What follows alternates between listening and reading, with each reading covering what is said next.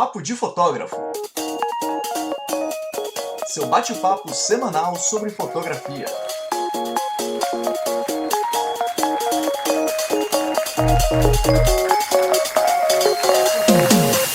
Olá, papudos! Sejam bem-vindos a mais um episódio do Papo de Fotógrafo. Eu sou o Rafael Petroco. Eu sou a Ana Cariani. E hoje nós vamos falar de algo que é muito, mas muito importante na fotografia. O quê? Dinheiro. Muito.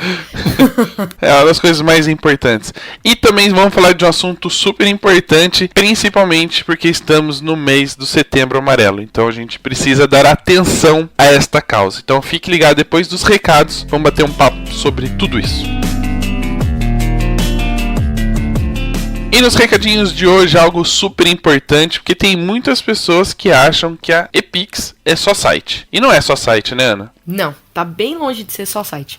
Por exemplo, se eu quiser criar uma galeria para o cliente acessar as fotos e fizer as suas escolhas. Pode. Se eu quiser vender fotos avulsas. Pode. Se eu quiser colocar um layout de um álbum folheável para o cliente fazer os seus comentários e aprovar online. Também pode. Se eu for filmmaker, quiser pôr um vídeo e o cliente fazer as alterações, os comentários para alterações. Também é possível. Se eu quiser criar uma lojinha e vender meus presets ou qualquer outro produto direto pelo meu site. Nossa, fácil. E se eu quiser acessar um conteúdo gratuito que tem só na plataforma da Epix? É possível também, senhor. Então, senhora, o que está esperando para aproveitar os 30% de desconto que o Papo de Fotógrafo oferece, né, para o cara ter toda essa plataforma disponível aí para poder usar da melhor forma possível e melhorar as vendas, melhorar aí o seu negócio, as suas vendas, o seu CEO, SEO, Tri-CEO, qualquer IO que tem. Bom, eu não tô perdendo tempo, né? Porque eu já tô lá. Eu também. E vou falar pra você, tem uma coisa muito bacana, chama Call to Action, que funciona muito bem. Eu vou dar esse depoimento, meu testemunho hoje, amém. A cliente entrou no meu site, viu o meu trabalho e já no final do post tem um Call to Action, que é chame no WhatsApp. E ela já me chamou. Era uma pena que eu não tinha data disponível pra ela, ou seja, ela já me chamou, eu já respondi. Ela falou, nossa, que velocidade! Né? Eu falei, aqui é Epix, filho, aqui funciona tudo que é uma maravilha. Então, não tinha data, infelizmente, não tinha ninguém pra indicar, porque todo mundo com a agenda cheia, mas funciona direitinho. Então, corre lá no site da Epix que você não vai perder nenhum negócio. O cliente passou no seu site, ele vai ter que entrar na sua loja. Na sua lojinha, na sua portinha. Então acessa lá, epix.com.br. A hora que você for fazer a compra, é só digitar PDF na Epix. Aí você garante 30% de desconto e tem tudo isso que a gente falou aí. Sucesso. Sucesso. E é óbvio que você não vai ficar só no online, vai, Ana? Óbvio que não, né? Só no online também não funciona, né? Não dá. Não dá. Se você não tiver um portfólio bacana impresso, você não vai vender nunca um álbum para sua cliente, não é mesmo? Não, porque tem que pegar, né? Tem que ser palpável. Se você não tiver um pôster ou um quadro na sua parede, a cliente nunca vai comprar, né? Dope. Se você não tiver uma caneca, uma camiseta, um foto presente bacana para ela ver, ela também nunca vai comprar, né? Também não. Então acesse agora digipixpro.com.br, veja as opções que tem lá disponível e faça um portfólio para você, faça um modelo para você, faça um quadro para você. E eu vou falar, em breve, nas redes sociais do Papo de Fotógrafo e no canal do YouTube, eu vou fazer um review, um unboxing, é mais ou menos as duas coisas, de um pôster 2 em 1, tipo Neutrox, 2 em 1. Nossa, você foi longe agora. Propaganda de shampoo. 2 em 1 para mostrar um pôster incrível que eu fiz do Stormtrooper on Vacation. Meu Deus. Ficou muito bacana e muito provavelmente vai fazer parte de um cenário de alguma coisa que eu vou gravar. Você vai inventar alguma coisa pra usar ele, né? Já inventei. Eu só não sei onde eu vou pôr, mas já inventei. Então, corre agora de pixpro.com.br, conheça todos os produtos, faça um portfólio e obtenha mais lucro. Convença a sua cliente a comprar isso, que vai aumentar a sua margem de lucro e consequentemente você vai ficar muito mais feliz. E com as dicas do bate-papo de hoje, muito provavelmente você vai ficar milionário depois desse episódio. Se ficar milionário, por favor, lembre da gente. A gente manda o número da conta. Compartilhe a comissão ou patrocine esse programa. Isso aí. Muito bem. Então, até daqui a pouco.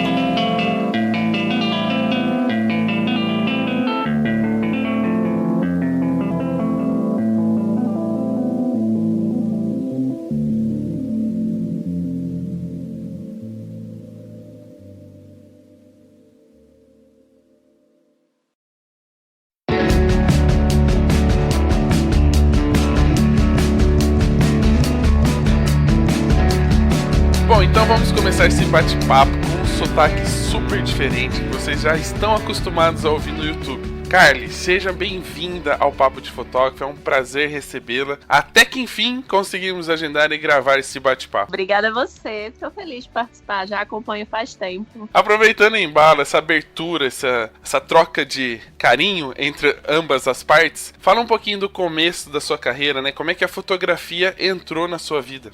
Então, eu falo que a fotografia já está comigo desde 2010, que eu tinha um blog de moda, porque eu fazia fisioterapia, cheguei a formar, trabalhei, mas eu cresci achando que o meu sonho era fazer moda. E aí, na busca por isso, eu acabei criando um blog. Eu não tinha condições de fazer moda, até porque minha família não entendia e achava que eu não ia ganhar dinheiro. Então, eu sou de uma família pobre, do interior, e ninguém tem diploma. Eu sou a única formada.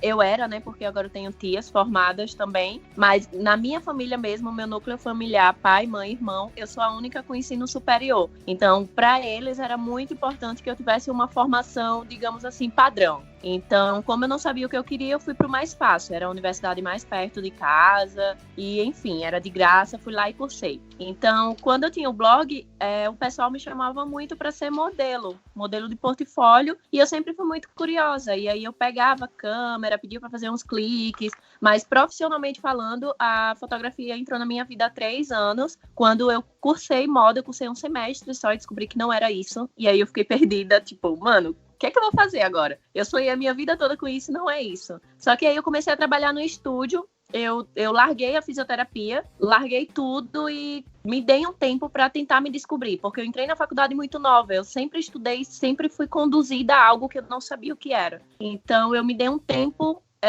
vamos dizer sabático, que eu acho chique, para entender o que era que eu gostava. Então comecei a trabalhar no estúdio de fotografia. Ela é uma fotógrafa referência lá em Sergipe, que é a Anne Pacheco. E aí, lá dentro do estúdio, eu comecei a entender que eu realmente gostava de fotografia, e não só para estar na frente das câmeras, mas também por trás. Só que eu me apaixonei pela fotografia primeiro como negócio. Então, as pessoas às vezes se assustam quando eu digo isso, mas eu não me apaixonei pela fotografia como arte. E foi como negócio mesmo. Vendo os contratos, as reuniões, contratação de funcionário, eu achava aquilo um máximo. E aí eu defini que eu queria isso para minha vida. E aí eu comecei a estudar, comecei a investir, comecei a me dedicar e deu nisso que é hoje. Você achava que fotografia dava dinheiro, é isso? Além dela achar, ela convenceu a família dela disso. Não é bem isso. Mas eu achava muito foda ter uma mulher na frente de um negócio tomando conta de algo tão grandioso, sabe? E aí eu disse, putz, eu quero isso pra mim e eu gosto de fotografar, então vamos unir as duas coisas e, enfim, fui lá. Você falou que no começo a sua família não te apoiava, né, com blog de moda e tal, mas aí você foi lá e aí você foi lá e inventou moda de ir pra fotografia. Sim, não é que a minha família não me apoiava, sabe? Mas é que eles não têm conhecimento sobre nada além do padrão. Então, minha mãe, ela é frentista de posto até hoje. Então, para ela ter qualquer coisa melhor do que um salário mínimo, para ela já era válido, ter estudo, entendeu? Então, a minha família é bem o padrão brasileiro, da família pobre. Quer um estudo, quer algo melhor para o filho. Para minha mãe, ela achava que fazer moda ou essas coisas era brincadeira, mas ela nunca me impediu de nada. Eu, que no meu subconsciente me obriguei a fazer isso, porque para eles era importante e eu precisava, já que ela investiu tanto, para que eu tivesse muita coisa além do que ela teve. Eu acho que não é nenhuma questão de ser uma coisa comum entre pessoas de baixa renda, né? Eu acho que a classe média, assim, também procura estabilidade, né? O que é mais estável, preocupada sempre com o futuro. E quando a gente trabalha com arte, com moda, com fotografia, existe, querendo ou não, existe uma preocupação da família, né? Muitas pessoas sofrem com isso porque não tem o apoio, né, da família, da própria família, para continuar nessa área. Mas quando a gente mostra que existe um resultado, existe um caminho a ser percorrido que pode trazer sucesso e de uma certa forma essa estabilidade, eles começam a entender até a ser mais ou menos fã, né? São os primeiros fãs, assim, de falar de tá tudo certo, nossa, que legal. Como é que foi essa reação de sua mãe depois que, olhando hoje, assim, como é que ela te fala, o que ela conversa com você, olhando o que você é hoje, aonde você chegou hoje? A gente não fala muito sobre isso, mas assim, ela sabe que tá bem, que tá tudo certo, que tá crescendo, e ela realmente fica muito feliz. Ela nunca chegou pra mim pra dizer, não faz isso, não vai dar certo. No começo, quando eu disse, eu não quero mais ser fisioterapeuta, quando eu mandei a mensagem pra ela, eu já não morava mais com ela, quando eu resolvi desistir. Eu só fiz assim, mãe, eu não vou mais ser fisioterapeuta, eu não quero, eu vou investir em algo novo, que eu não sei bem o que é, mas eu vou tentar. Ela ficou um pouco com medo, ela só falou assim, não dá pra você conciliar os dois, porque você estudou 5 anos, você tem um diploma, enfim. Eu disse, não quero. E aí ela só fez, tá bom, que você precisar, eu tô aqui. Então ela sempre deixou a porta aberta pra quando eu quisesse voltar, se desse erro. No começo ela perguntava muito se eu tava precisando de alguma coisa, hoje é o contrário, já sei o que pergunto. Mãe, tô precisando de uma coisinha aí, tô em Sampa, vou ali no centro, compro umas coisinhas.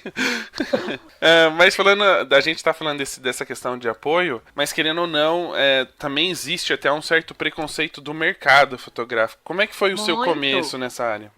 Eu passei pelas coisas mais padrões possíveis. Principalmente por eu ser mulher. As pessoas acham, não existe isso, é coisa da sua cabeça. Mas, cara, as coisas que eu mais ouvi, que mais me magoaram no início, vieram de homens. E só pelo simples fato deles serem homens. Não por serem fotógrafos, mas porque eles não eram nada além de mim. Era só a vontade, assim, sabe, de diminuir. Então, é tipo, comprou uma câmera ontem, já acha que é fotógrafa. Ou então, só que tá enfiada no meio dos grandes, acha que já é grande.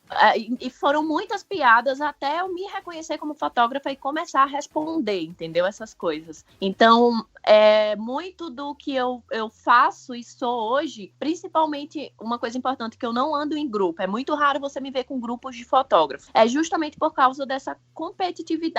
As pessoas, elas ainda não entenderam que quando a gente soma, a gente cresce. Elas preferem competir. Então, eu senti isso desde o início e eu preferi traçar a minha carreira de forma mais individual. Porque no início eu ouvi uma frase que me marcou muito e eu levo ela até hoje, que é: quando a gente se preocupa muito com o nosso, ele cresce e os outros não precisam saber nem entender. Então, eu não preciso realmente estar ou entender o outro, por que ele acha isso de mim. Eu só preciso me preocupar com o meu. E você acha que existe dentro desse, até por esse comentário que você fez sobre como as pessoas te viam no começo, você acha que no mercado fotográfico existe um preconceito, principalmente com quem tá entrando na carreira, entrando nessa profissão? Nossa, existe muito. Mas eu também não posso dizer que esse preconceito é só porque a pessoa está iniciando. O mercado, ele hoje está saturado, assim como qualquer outra profissão. A fotografia também está saturada. O problema é que existem muito mais fotógrafos que não estão preocupados em serem profissionais e responsáveis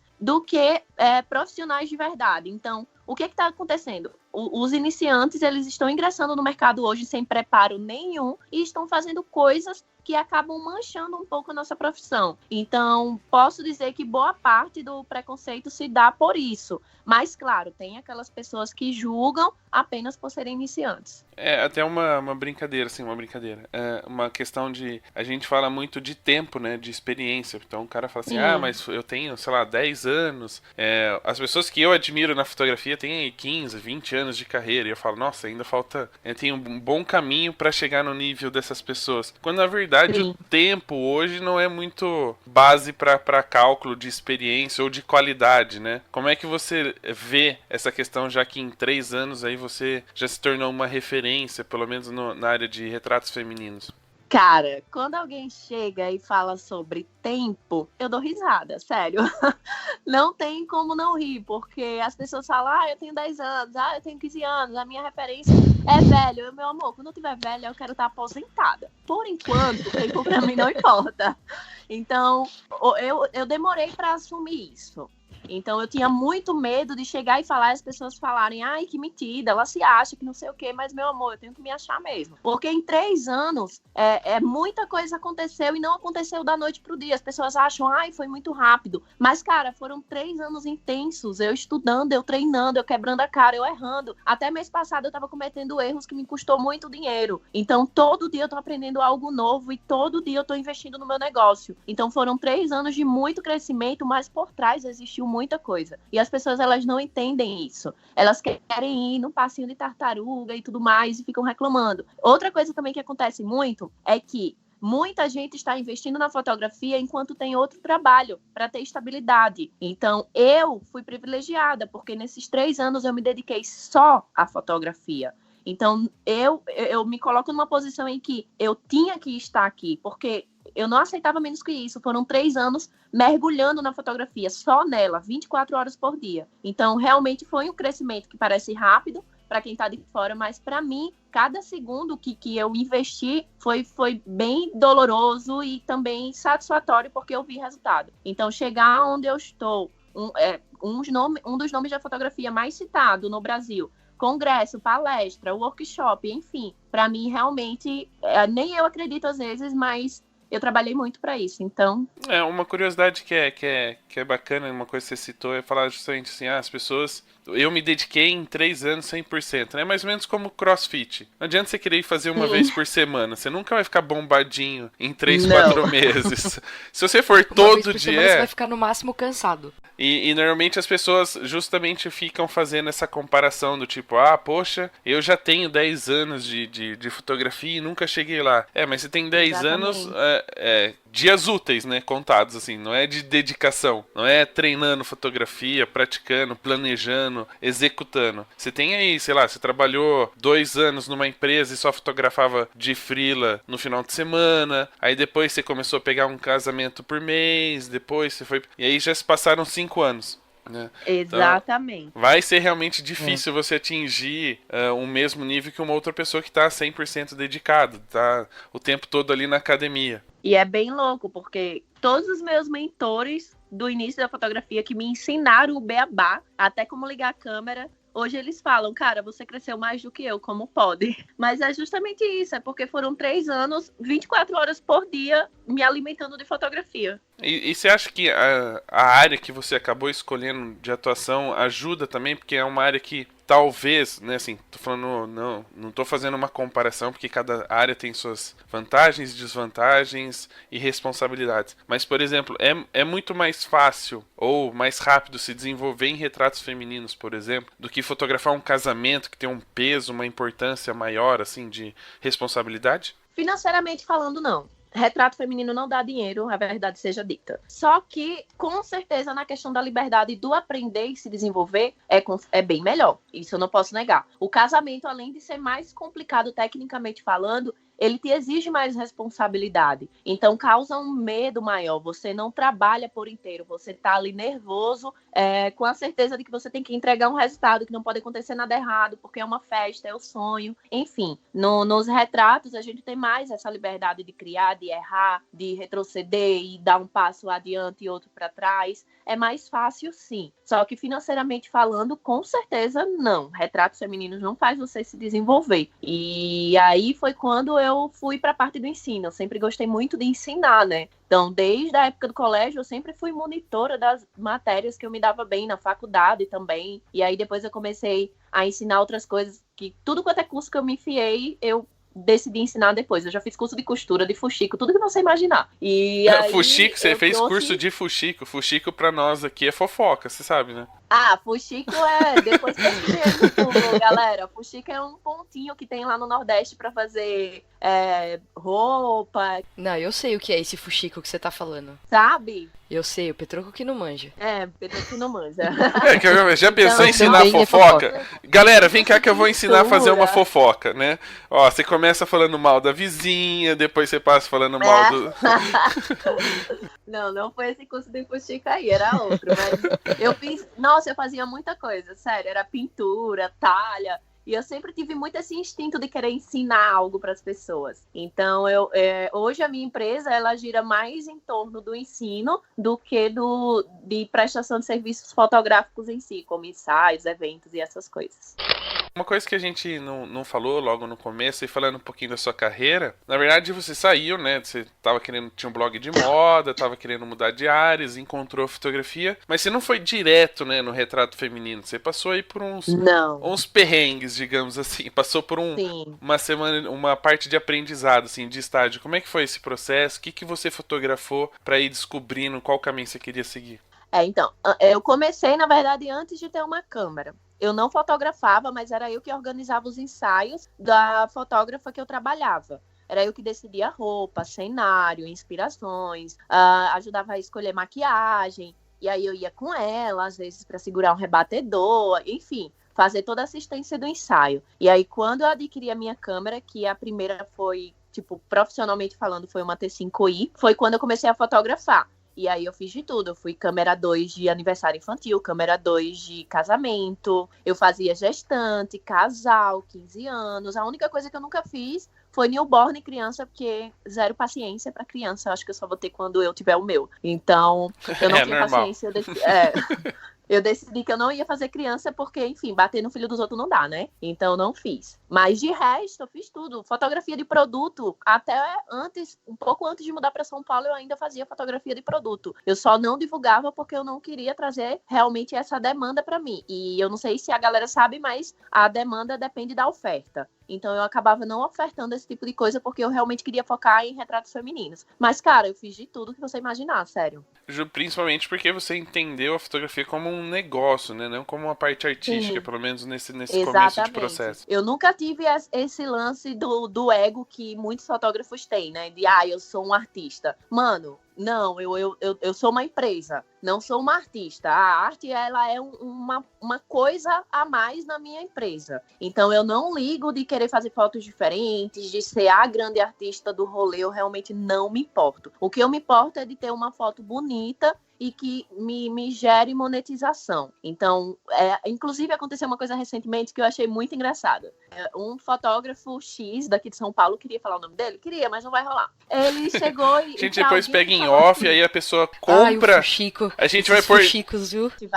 vários babados com fotógrafos de São Paulo. Eu cheguei aqui mó inocente, achando Ainda bem que eu sou de Osasco, velho. Não, eu cheguei aqui muito inocente, achando que ia ficar cheia de amigos e descobri que é tudo uma cobra, aquela. Eu aprendi com a Carly que a gente tem que monetizar todo o conhecimento que a gente tem. Então, pra quem Nossa, tiver sim. interesse em saber os nomes, a gente vai disponibilizar um link pra você comprar e receber um arquivo PDF com o nome da pessoa. Informações restritas do PDF estão disponíveis para compra. Vamos vender esse e-book de fotógrafos em buchas. E aí, muito interessante, ele falou para uma pessoa que é muito próxima minha, e aí ela me contou. Ele falou assim, eu não sei por que ela tá tão famosa se a fotografia dela é tão normal. E, cara, é normal mesmo, meu amor, pior ainda, você é artista e não ganha dinheiro, tá se achando melhor do que eu, não ganha dinheiro, e eu que tenho fotografia normalzona que você acha, tô ganhando dinheiro. Por quê? Porque não basta ser fotógrafo, minha gente, tem que ter a ver empreendedora. Então, eu realmente não ligo de ser a grande artista. Eu quero uma foto bem feita, bem enquadrada, bem iluminada, bem tratada, porque isso sim, pra mim, é importante. Que é um detalhe que existe sempre uma discussão, né, sobre o que é ser um bom fotógrafo. É conhecer tecnicamente, saber executar tecnicamente ou ser artista. Eu acho que, na verdade, um bom fotógrafo é uma mistura dos dois, né? Você tem que saber captar sentimentos, mas que tenha a base técnica para fazer isso da melhor forma possível. Porque, querendo ou não, o nosso trabalho depende da estética do negócio, né? Exatamente. E eu sempre falo, você tem que ser 50% artista e 50% comercial. Se você é mais um ou mais outro, algo vai dar errado aí no seu negócio. Então, a gente tem que entender que existe um mercado que espera algo da gente, mas que a gente também precisa ter liberdade para criar. Então, não dá para ser 100% artista, porque isso não vende, mas também não dá para ser 100% comercial, porque a gente acaba perdendo a criatividade. Nossa, esse episódio é o justo, assim, é o gancho para eu usar uma frase que eu fiz, acho que em 2015, alguma coisa assim, que é: se você quer ter satisfação pessoal, transforme sua fotografia em arte. Se você quer ter retorno financeiro, aprenda a vendê-la. Ó. Exatamente. É uma frase... E, cara, eu não julgo fotógrafo que não sabe vender, sabe? Porque vender é uma arte à parte. E, infelizmente, nem todo mundo domina. As pessoas acham que vão vender só postando foto bonita. E não é. Mano, vender é um negócio bizarro. Não é só... aí que tá também. Não é só postar uma foto bonita. Porque as pessoas hoje em dia, uma percepção que eu tenho, eu não sei se você acompanha mais profissionais, tem essa mesma percepção, é de que assim, as pessoas estão muito no passivo, né? Elas postam a fotografia no Instagram e ficam esperando o cliente aparecer e gostar daquela foto para entrar em contato. Sim. E sabe o que é engraçado? Que hoje em dia eu sou uma pessoa muito observadora, sempre fui. Então eu observo muito as pessoas vendo a Carly como a menina da internet que tá brincando de internet, mas, mano, eles não sabem o que é que tá acontecendo aqui por dentro, sabe? Aqui por trás, que eu digo. É uma empresa que tá crescendo constantemente. Eu tô muito assustada com o crescimento, inclusive, e são muitos medos que eu tenho que lidar. Então, as pessoas, elas estão me vendo de uma forma e talvez eu tenha vendido dessa forma e eu tô querendo mudar essa imagem, entendeu? Porque é muito iniciante, glamourizando a profissão, achando que eu tô produzindo conteúdo que tá dando certo e não sabe o que existe por trás. Então é muita coisa para que a fotografia dê certo. Falando em glamourização, esse é um outro fator que às vezes atrapalha o iniciante, né, que a gente citou no começo. Eles prestam muita atenção nas pessoas hoje que são referências, estão aí sempre nos palcos dos congressos, e em vez de planejar e trabalhar para chegar naquele lugar, ele já fica visualizando aquela situação lá em cima, né, do tipo, um dia eu quero estar no palco, e vai pulando etapas, ele quer pular etapas para chegar lá o mais rápido possível. Para você que planejou a sua carreira, né, desde o começo e entendeu que precisaria, por exemplo, aprender um pouco de cada área para saber qual caminho seguir, o quanto é importante não pular etapas, né? Sim, nossa, é muito. Então, desde o início, eu sempre fui muito consciente. Então, eu sempre trabalhei, até hoje, inclusive, eu trabalho com 50% de acerto e 50% de erro. Então, tudo que eu faço, eu já vou pronta para saber que pode dar certo ou que pode dar errado. E eu sempre traço um caminho em que, se der errado, o que é que eu vou precisar melhorar? Se der certo, onde é que eu vou precisar focar? Então, tudo que eu faço no meu negócio funciona dessa forma. Um exemplo, o meu curso online agora que eu lancei, a gente botou uma meta de, a gente queria vender 50 cursos, mas essa meta já estava pronta. Se vender menos, ok, vamos sentar e vamos ver o que é que a gente vai fazer para que venda mais na próxima. Se vender mais, ok, vamos manter o que deu certo e trazer coisas novas para que no próximo venda mais do que vendeu agora. Então, tudo, até um e-book que eu lanço, mesmo que seja R$5, eu sempre traço essas metas. Isso é bacana. Eu vou falar um pouquinho desse desenvolvimento seu e de chegar, né, nessa discussão do tipo, ela é famosa, como é que ela tá ficando famosa, que nem o fotógrafo Sim, citou, né? É famosa. Uma fotografia normal dessa, como pode? Como é que foi esse processo de sair do anonimato ao sucesso, né? Mesmo com pouco tempo de carreira, né, em 3 anos aí, já faz pelo menos 2 quase, que você está produzindo conteúdo para fotógrafos, então seria que em um ano... Não, eu produzo conteúdo desde o dia que eu liguei minha câmera pela primeira vez, eu nem sabia usar o manual, eu fui muito ousada, sério. O meu primeiro vídeo eu estava usando automático, e lá dando uma de que eu sabia de tudo. E como é que foi esse processo, então, assim, fazia parte do seu planejamento, ou seja, eu quero ser uma pessoa reconhecida, né, ter aí minha autoridade nesse mercado, então eu já vou começar minha carreira utilizando essa ferramenta que era o YouTube, por exemplo? Eu não comecei a produzir conteúdo com essa intenção. A minha verdadeira intenção, e eu posso dizer que era bem egoísta, era aprender. Então, sempre que eu me obrigava a aprender algo para não falar nada errado no vídeo, eu estava fazendo benefício para mim. Só que conforme o tempo foi passando, os vídeos foram surgindo, eu percebi que eu estava ajudando outras pessoas. E foi uma ajuda que eu não tive. Então, para mim, isso foi muito gratificante. Perceber que eu estava, de fato, produzindo algo útil para outras pessoas. E que não era mais só sobre mim. Era sobre todo mundo que me assistia. Então, foi quando eu defini que o YouTube era uma das minhas prioridades. Ele não poderia ser só uma brincadeira. E depois foi que eu percebi que ele não era só algo que fazia bem a mim e a quem estava iniciando, mas também a minha empresa. Porque ele é uma porta de entrada para tudo o que eu faço hoje. As pessoas, elas me conhecem através do YouTube e através do conteúdo que eu produzo lá. E desde o início, eu quis ir o contrário de todo mundo. Hoje, se você perceber, os produtores de conteúdo na área da fotografia, eles estão no YouTube para vender. Eu estou para ensinar. Então, quem assiste o meu canal sabe que eu não tenho apelo comercial lá. Eu não gosto de vender meus produtos nos vídeos, porque eu quero que as pessoas entendam que eu não estou lá só para vender. Eu estou para ajudar. O meu espaço de venda é o Instagram. Então, é uma coisa que hoje em dia eu vejo que é um diferencial meu. Eu realmente não tenho um apelo comercial no canal. Então, isso acaba gerando um acolhimento. Então, as pessoas elas começam a acompanhar mais dessa forma. E de uma certa forma, você foi uma autodidata de você mesmo. Ou seja, para produzir conteúdo, você precisava aprender. Isso favoreceu você? Favoreceu o seu olhar, a sua técnica? Sim, com certeza, porque eu sempre entendi que eu precisava me dar um espaço para testar, para errar. Então, eu sempre fui muito tranquila em relação a isso. Então, se eu ia para um vídeo que eu não sabia tudo, eu falava no vídeo, eu não sei de tudo. E vocês podem me ajudar nos comentários. Então, eu sempre fui muito aberta a isso, a não querer entender tudo. Eu nem quero nem de longe entender tudo. Eu realmente não sei. Hoje, inclusive, teve um questionamento recente que eu achei engraçado. A pessoa perguntou sobre flash.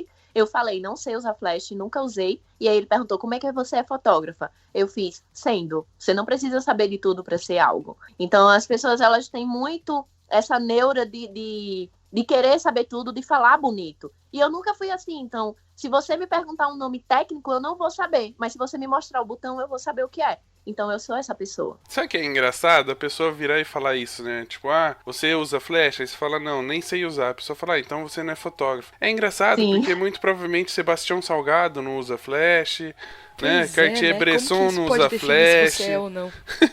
É porque existe um padrão, né? As pessoas, elas imaginam um fotógrafo com uma câmera, uma lente e um flash. Mas para que flash, sabe? As pessoas ainda não entenderam o que é um investimento inteligente. O investimento inteligente é você ter aquilo que agrega ao seu trabalho. Se eu não faço evento, se eu não fotografo à noite, para que eu vou querer um flash? Exato, e hoje em dia mesmo, porque pelo tipo de trabalho que você faz, se for fazer um retrato à noite, existem os LEDs, né, que são muito mais práticos. Eu prefiro bem mais. E de uma certa forma você consegue ajustar melhor ao tipo de trabalho que você realiza. Exatamente. Usar o equipamento certo na hora certa. Porque não adianta você ter um carro e não saber trocar as marchas.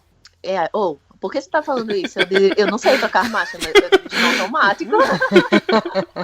Eu nem lembro como é que troca a marcha. Mas você tá usando as ferramentas disponíveis. Mas é isso, é porque as pessoas elas estão muito apegadas ao saber tudo. E eu nunca quis saber tudo. Eu quis focar no que era necessário para mim. Talvez, eu não estou dizendo que foi o grande auge, mas talvez por isso eu tenha crescido tanto em 3 anos, porque eu foquei no que era importante para mim. Eu acho que tem uma coisa, tem um palestrante, né? Ele até é coach de pessoas famosas, como o Cigano, por exemplo, e ele fala de uma coisa que eu acho muito bacana, que ele fala de foco, a pessoa fala assim, foco no resultado, e tá errado, porque o resultado já é o resultado, você tem que focar no percurso, né? Você tem que focar naquilo exatamente. Ele conta uma historinha que eu acho bacana dividir aqui com a galera, que assim, ele mudou pra praia, porque ele falava que todo dia ele ia andar na praia pra fazer exercício. E que ele não fazia em São Paulo porque não tinha praia. Então ele mudou pra uma cidade de praia pra poder fazer. E que aí no primeiro dia ele olhou lá na ponta da praia e falou, eu vou até lá. Aí ele andou 3 km e desistiu, voltou pra casa. E todo dia acontecia a mesma coisa. Aí ele falou, eu mudei pra cá, mas nunca atingi o meu objetivo. Por quê? Porque ele tava focado no resultado, ele queria chegar na outra ponta. E que ele entendeu que ele não precisava fazer isso, tipo, já focar lá na frente. Ele falava assim, eu vou até a próxima barraquinha. Aí ele ia até a próxima barraquinha, tomava uma água de coco e, vou até a próxima barraquinha. E aí de barraquinha em barraquinha, né, além de se hidratar e comer alguma coisa, ele conseguia atingir o objetivo dele. E que é o que a gente faz hoje, a gente foca muito lá na frente, né? Do tipo, eu quero ser o palestrante, eu quero ser o cara de 1 milhão de seguidores. E esquece de fazer o trabalho de formiguinha, que é o trabalho para chegar lá. Verdade. E verdade. Eu acho que é isso mesmo, porque um dia eu falei, um dia eu quero estar no palco do Ed Brasil, um dia eu quero sair por aí dando workshops e lotar turmas, mas eu não parei para esperar que isso acontecesse. Eu continuei fazendo o meu até que isso acontecesse. É o caminho. A gente tem que parar de pensar. Sonhar grande é ótimo, mas a gente tem que realizar os sonhos pequenos primeiro. Sim, exatamente. Tudo tem passos, né? Você tem que fazer uma coisa de cada vez. Não adianta você querer subir no 20º degrau sem passar pelos outros 19. Você tem que ter uma perna muito grande, né? Nem você consegue, Petroco. Nem eu. E aí, falando desse processo, né, a gente falou do anonimato ao sucesso, e aí acontece uma coisa muito bacana, talvez, né, eu acredito que tenha sido, essa mudança, porque você já sai de uma zona de conforto, que era a cidade onde você morava, e vem para uma grande cidade, onde muito provavelmente a sua concorrência é maior, né, pelo menos o que eu tenho visto de Instagrams, assim, grande parte dos retratistas hoje estão em São Paulo. Por que dessa decisão, assim, de sair de uma região que você já tinha um mercado, já tinha um nome, e vir para uma cidade grande que tem muito mais concorrência? Aí é que tá. Eu não tinha um mercado, eu não tinha um nome na cidade que eu morava. O meu nome estava todo nas cidades grandes. Então eu decidi mudar justamente para estar perto do meu público. Eu não tinha público lá. Inclusive até hoje, quando eu vou, eu não tenho tanto público lá. As pessoas, elas não valorizam o local. Então eu precisei sair para que eu virasse um nome importante lá, eu posso dizer assim. Então hoje as pessoas de lá, elas já me procuram, elas pedem orçamento, elas querem curso, elas ficam pedindo para que eu volte e forme turma, mas quando eu estava lá não tinha isso. Então o local, nunca valoriza o local. E aí eu vim para onde tinha demanda. A minha maior demanda é São Paulo, e agora eu estou atingindo outras cidades grandes, aqui perto, tipo Rio, Belo Horizonte. A galera tá me vendo mais justamente porque eu tô aqui. E esse foi um processo planejado também? Ou foi uma coisa assim que aconteceu da vida e que você falou, dá pra tentar ir, tentar arriscar, ver o que dá? Eu sempre quis morar em uma cidade grande onde tudo acontecesse. Eu acho que a única que tem tudo isso no Brasil é São Paulo, com certeza. Porque eu nunca fiquei satisfeita onde eu morava. As pessoas eram muito normais, as pessoas pensavam muito pequeno. Então eu nunca fiquei feliz lá e eu sempre quis vir para um lugar onde eu tivesse mais oportunidade, porque eu sempre quis ter algo grande. Eu nunca pensei pequeno. Então, desde que eu me entendo por gente, que eu queria isso. Só que aí a vida vai levando, né? Então, eu formei, fui trabalhar, mudei de estado para um estado que era bem parecido com o meu, que é Alagoas. E aí eu tenho um companheiro, e aí já não dava para pensar simplesmente largar tudo e ir embora. Eu também tinha que esperar o tempo dele para a gente mudar juntos, que a gente não queria se separar. Mas aí a mudança para São Paulo em si mesmo não foi planejada. Eu cheguei um dia para ele, eu fiz, tô indo, vai comigo, se não for, fique. E é isso. E aí a gente veio. Bem decidido, né? Se não for, fique. Eu É porque ele já tem a profissão dele, né? E querendo ou não, eu sempre fui vista como a namorada do médico. E para mim isso pesou. Porque eu não sou a namorada do médico, eu trabalho. E eu queria ter algo meu, eu queria ser reconhecida pelo meu trabalho. Então ele já tem o dele, ele ama a profissão dele. E eu estava em uma profissão que eu não amava. Eu formei na mesma faculdade que ele, mas eu não amava fisioterapia. Então chegou um momento que eu entendi que para ele estava confortável ser médico, trabalhar com o que ele ama. Mas para mim não estava confortável, porque eu estava vivendo a vida dele. Já que eu não sabia o que eu queria, eu precisava me descobrir. Mas graças a Deus ele foi muito companheiro e veio comigo. Tá aí. Pelo menos você tem já um médico de plantão, né? Se um dia Sim, doer as costas, não aguentar mais, tem aí um médico pra cuidar. Sim, ele pode assinar meu atestado de invalidez pra eu me aposentar. A gente vai falar um pouquinho mais da Carly empresária, e aí a gente vai aproveitar essa oportunidade para pegar algumas dicas pra galera que tá aí ouvindo a gente poder organizar o seu negócio e quem sabe ganhar dinheiro com isso, né? Vamos aproveitar esse mais do que artista, uma empresária? Vamos sim. Tem um termo que você usou durante um bate-papo que a gente estava junto, que me chamou bastante atenção. E até bonito o nome, né? Jornada da Compra. Isso. Fiquei até empolgado, assim. Queria dizer para os ouvintes o que é essa jornada. É que é bonito, né? Eu chamaria de gastar dinheiro, né? Não, mas com você é jornada da compra. Sim, a jornada da compra ou jornada de venda, né? Na verdade, é o que a gente precisa percorrer até que alguém compre algo nosso. Ou até que a gente compre algo. Então, primeiro a gente precisa entender que existe um público lá fora esperando por algo que às vezes ele não sabe que está esperando. E aí o que a gente vai fazer? A primeira etapa dessa jornada é a gente produzir conteúdo para atrair essa galera. Uma vez que a gente produz esse conteúdo e que esse pessoal começa a consumir, ele vai ali encontrar um problema. Então, levando isso para a prática, eu fiz um vídeo sobre o meu tratamento de pele, o quanto eu gosto, o quanto é bonito e tudo mais. A pessoa vai assistir aquele vídeo e ela vai olhar e vai falar, putz, eu não sei tratar pele, e agora? Ela vai começar a pesquisar sobre. E aí, quando eu vou entrar de novo, porque eu já vou ter conteúdo conteúdo além daquele que ele assistiu sobre tratamento de pele. Só que mesmo com o meu conteúdo, ele precisa de mais, ele precisa evoluir mais. Então, existe ali um problema. Ele não sabe tratar pele e ele precisa tratar pele, pois ele entende que para o negócio dele evoluir, ele vai ter que aprender isso. E aí é quando eu venho de novo com o curso online de tratamento de pele. E aí ele entende que a solução do problema dele é o meu curso. E aí é quando ele toma a decisão de compra. Então, em resumo, a jornada de compra é você produzir um conteúdo, atrair um público-alvo, esse público-alvo vai identificar um problema e você vai trazer a solução para que ele adquira, para que ele compre e o problema dele seja solucionado.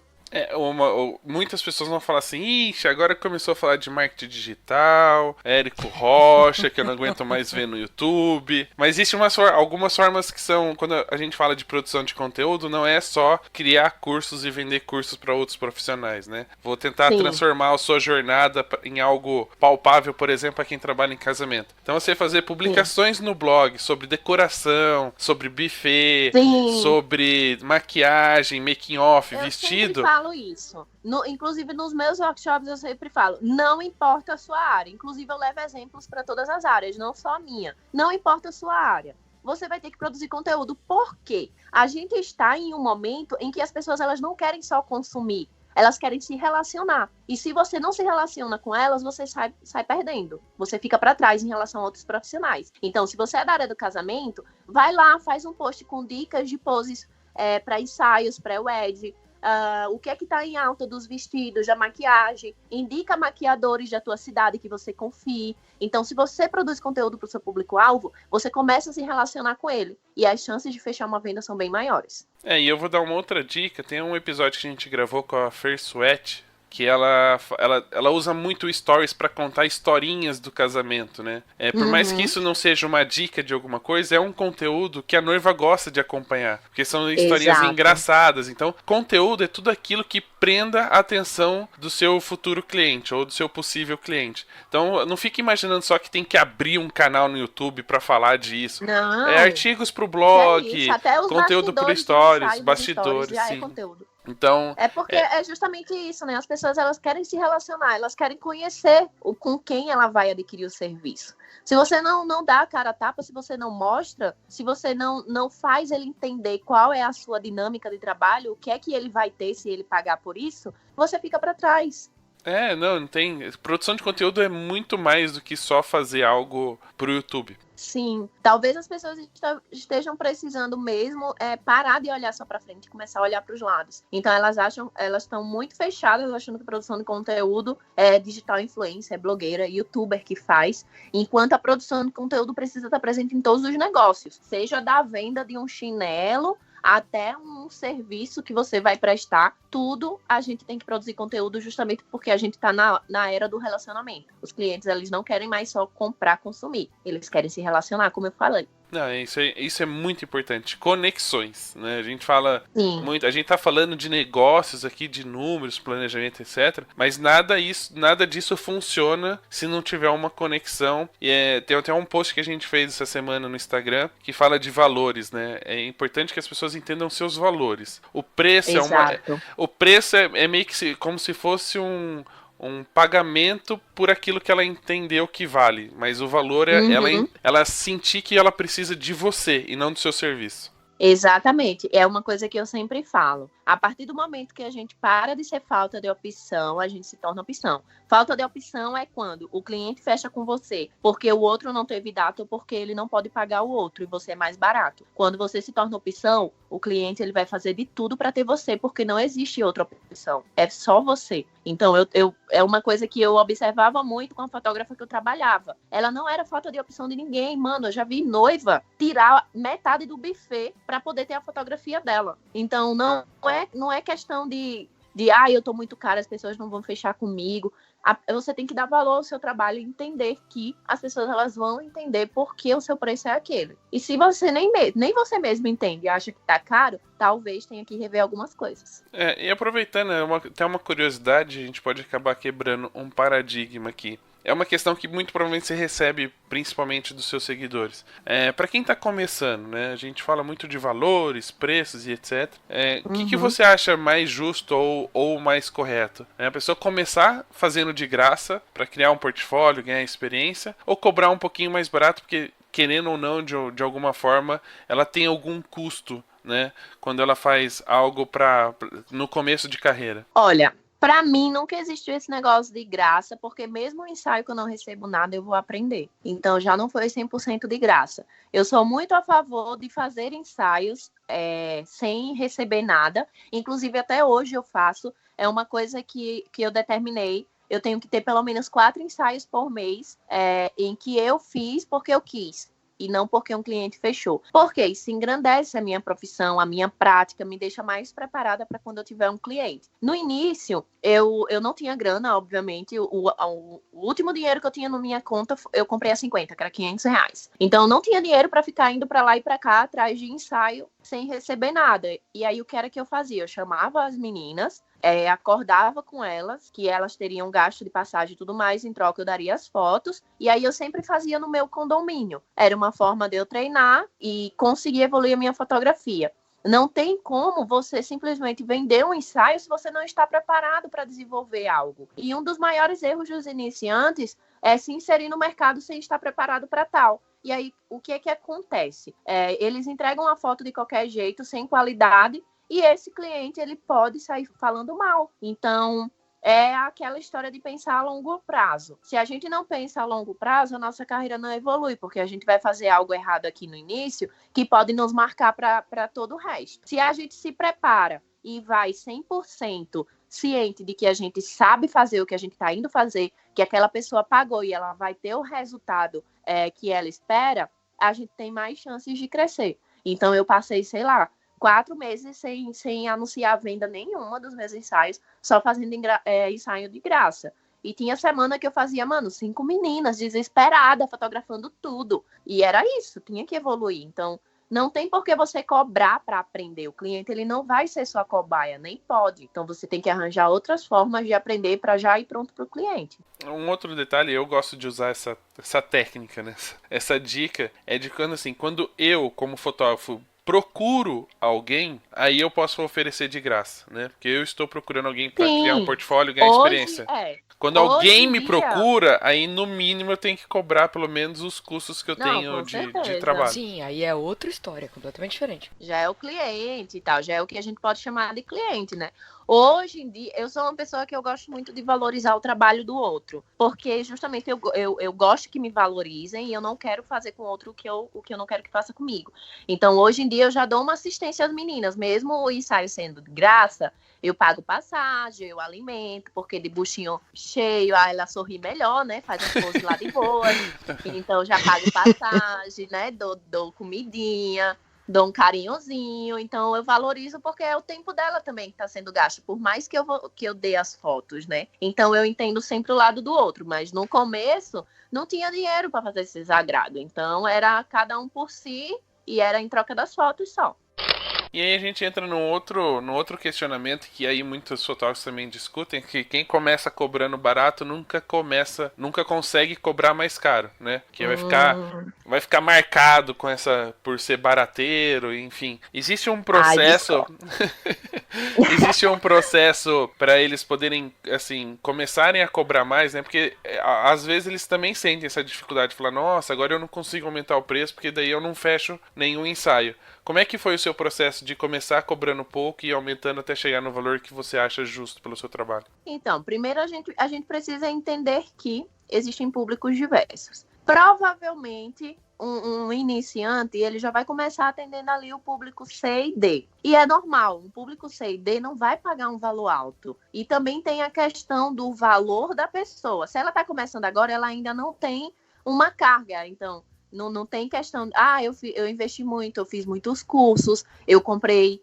um equipamento muito caro. A gente tem que começar aos poucos e entender. E também saber fazer contas. Então, hoje em dia, eu faço uma conta mensal e uma anual da minha empresa para entender quanto é que eu vou ter que cobrar para precisar ter o mínimo que eu preciso para viver e o meu lucro. Então, tem toda essa questão. Quando a gente está começando, a maioria não tem tanto gasto assim, ainda não fez tantos cursos, tem um equipamento básico e atende o público C e D, que é um público que não paga tanto. Então, é normal a gente cobrar menos. Quando eu comecei, eu cobrava de 150 a 300, era o meu máximo R$300. E hoje eu não saio de casa por menos de 700. Mas por quê? Eu já mudei de público. É um processo. Conforme a gente for evoluindo, a gente vai atingindo um público diferente.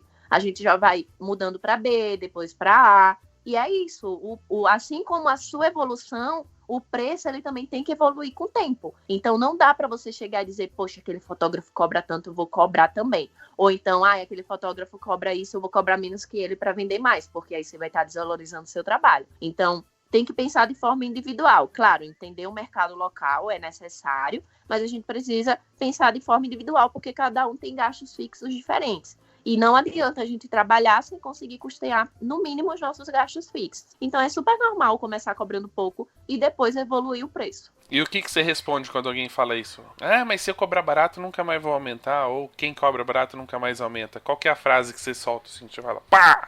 Eu olho pra ele e pergunto. Então, quer dizer que você nunca vai evoluir na fotografia? Porque, pela lógica, é isso, né? Vai estudar e vai continuar fazendo a mesma fotografia de sempre. Porque não adianta querer aumentar também o valor e não mostrar a diferença. Exatamente. É igual uma marca nova que chega no mercado. Ela vai chegar rastejando com um precinho bom. Mas daqui a pouco tu vai lá, sei lá, um chocolate que chegou agora. Era R$1, do nada o negócio tá lá, R$4. É inflação, meu amor. Tudo sofre inflação, inclusive fotógrafo. O fotógrafo não sofre com inflação, ele sofre com o dólar. Basicamente, né? Basicamente isso. Mas tudo aumenta de preço nessa vida, né? Então a gente também tem que aumentar. Falando um pouquinho dessa parte financeira e administrativa, né? O quanto é importante durante o fluxo de trabalho, durante o dia, você se dedicar realmente ao planejamento e administração da sua empresa. Porque hoje em dia a gente vê muito os fotógrafos preocupados em quantas vezes vão sair para fotografar e em quanto tempo ou quantas horas estão passando para editar essas fotos. O quanto eles precisam, pelo menos separar, sei lá, um dia, 4 horas, 2 horas por dia, para ver as planilhas e entender realmente que isso é importante para o negócio dele. Cara, eu já vou começar dizendo que apenas 20% do meu trabalho é fotografar e tratar foto. Então, é muito, muito importante. A gente precisa ter um fluxo de caixa muito organizado para que o dinheiro ele seja benéfico para a gente e não nos destrua. Então, a gente... O item básico, assim, porque é muita coisa realmente, inclusive eu estou no processo de aprender, eu acho que eu nunca vou aprender tudo, é por isso que eu faço questão de trabalhar muito para ganhar dinheiro e terceirizar certos serviços, porque eu não dou conta de tudo, mas eu acho que o mínimo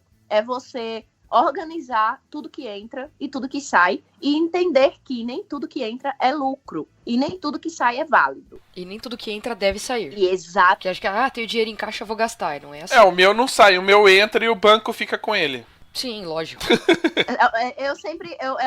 Eu uso um exemplo bem clássico quando eu tô com um aluno, inclusive no canal eu já falei. O erro do fotógrafo é gastar 5 mil em equipamento, fazer um ensaio de 200 e achar que lucrou. Ele não lucrou, porque se ele gastou 5 mil, ainda falta 4.800 para ele repor. Se ele não repôs o que ele gastou, ele não vai lucrar. E vai ser assim até ele continuar gastando sem repor o que ele gastou. Eu só comecei a lucrar depois que eu tive a reposição de tudo que eu gastei. Se eu gastei 6 mil, eu vou trabalhar, vou recuperar esses 6 mil. Depois desses 6 mil, eu vou ver se eu não preciso comprar nada. Se eu não preciso comprar nada, tá tudo ok? Então, o dinheiro vai começar a entrar e eu vou começar a lucrar. E ainda assim, esse lucro não é meu. Tem que separar o que é da empresa e o que é seu. É bem complicado, assim, é uma conta um pouco mais complexa, porque você também tem o seu salário do mês, né, que é o que você vai pagar as contas fixas e etc. Então não é só os 5 mil, tem que fazer umas parcelinhas aí mensalmente. Exatamente. Então, tipo, um cálculo básico é você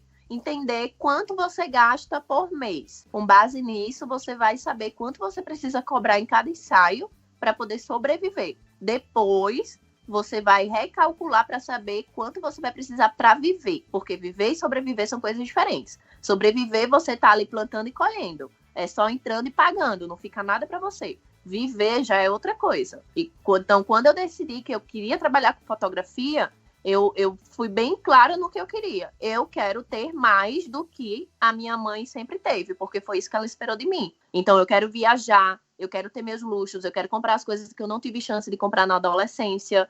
Então, eu quero ter tudo que eu não tive até agora. Então, para mim, ganhar só o suficiente para pagar as contas não era o bastante. É uma coisa que você já tá no lucro, porque tem algumas coisas que você queria comprar que você já tá ganhando, né?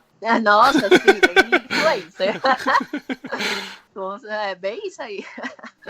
Mas é isso, não dá para trabalhar só para pagar conta, gente. É triste. A gente percebe que um dos principais males, né, ou o principal problema que o fotógrafo encontra é justamente não cuidar do planejamento e da administração da empresa. Não, ele quer ser artista só, o bichinho.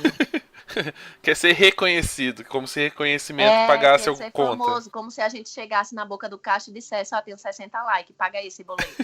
Quantos likes pra pagar a conta da água dá? Né? Quantos likes pra pagar? Cara, hoje o que eu menos me preocupo são os likes. Com ou sem like eu tô vendendo. Então não me importa mais os números das redes sociais. Uhum. E o importante é que hoje em dia o engajamento não é contado apenas por coraçõezinhos, né? Não, eu prefiro muito mais ter uma relação com a galera que me segue, de saber, sabe? Tem uns rostinhos que eu vejo ali que estão sempre no meu inbox, mandando mensagem, seja de dúvida ou me parabenizando por alguma conquista que eu tive. Então, para mim, muito vale ter essa galera do que gente curtindo que eu não sei nem por que curtiu. Às vezes só passou, nem viu quem era e curtiu. Então, eu prefiro muito mais me relacionar com o meu público do que ter like.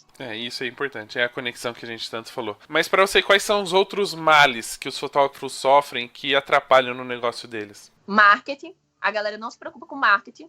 A maioria não sabe nem o que é marketing. E quem sabe o que é marketing não sabe que existe divisões, que tem o marketing digital, o pessoal. Eu acho que o marketing é muito, muito importante para você tocar o seu negócio. É bem aquele lance do quem não é visto não é lembrado. E não é só estar nas redes sociais. A gente precisa de estratégias para atrair as pessoas. É só se você se imaginar rolando o seu feed. Para você parar e ver uma foto, algo tem que chamar a atenção. Depois que você vê aquela foto que ela chamou a atenção, tem que existir algo a mais para você entrar no feed da pessoa. E depois que você entra no feed, você tem que direcionar essa pessoa para outros lugares, sei lá, site, WhatsApp. Então, é muita coisa que a gente precisa fazer por trás para atrair essas pessoas. Então, não é só postar foto bonita, uma legenda legal. Tem que estudar marketing para entender como é que isso vai ser usado a seu favor. Além disso, também outra coisa que eu acho importante é a questão do delegar funções. Hoje eu vejo muito fotógrafo não se importando, achando que pode fazer tudo sozinho, enquanto delegar função não é gasto, é investimento. Então, desde o início, eu separo uma graninha ali para terceirizar o que eu não estou apta a fazer. Ou coisas que eu posso fazer, mas que eu não preciso necessariamente fazer, porque eu posso estar investindo meu tempo em outras coisas mais importantes. Então, exemplos. A sua demanda aumentou, coloca alguém para responder e-mail, porque tu perde horas respondendo e-mail, enquanto outra pessoa poderia fazer. Ou então, levar alguém para segurar um rebatedor em um ensaio, porque a sua foto vai ficar mais bonita. Pode fazer sem rebatedor? Pode, mas o rebatedor vai ajudar mais. Então, essas coisinhas pequenas que a gente começa a delegar dentro do trabalho da gente, vai abrindo espaço para que a gente consiga fazer outras coisas para poder evoluir ainda mais. Então, eu acho que algumas coisas são essas. Se importar mais com dinheiro, delegar funções e estudar um pouco de marketing. E você acha hoje que um dos males é que os fotógrafos estão ficando preguiçosos, estão deixando de fazer pesquisas e já querendo a receita pronta? Eu recebo cada pergunta, você não tem noção. Desde o que é nitidez, tipo, a pessoa não sabe a definição de nitidez, ou então,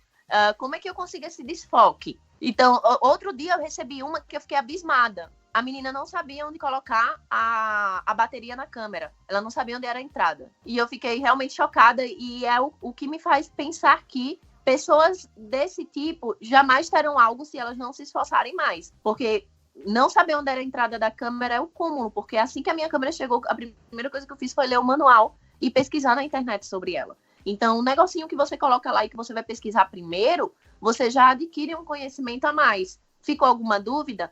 Busca alguém que sabe mais que você, tudo bem, não tem problema em perguntar, sabe? O problema é você não querer se virar sozinho antes. Então, eu sempre fui muito autodidata. Hoje eu já tenho uma carga de curso, mas no meu primeiro ano de fotografia eu aprendi tudo pesquisando no Google, no YouTube. Então, tudo isso tem que pesquisar e as pessoas não querem pesquisar. E eu fico muito triste, porque eu realmente acredito na evolução da fotografia como negócio. Eu não quero que a fotografia seja só arte. E é por isso que eu produzo conteúdo sobre isso. Eu realmente acredito na evolução do mercado. Só que realmente me entristece ver pessoas que não estão preocupadas em evoluir, que elas querem tudo fácil, elas querem receita pronta, como se fosse o livrinho da Dona Benta, que você pega e o bolo dá certo. E às vezes nem dá, né? Imagine com fotografia.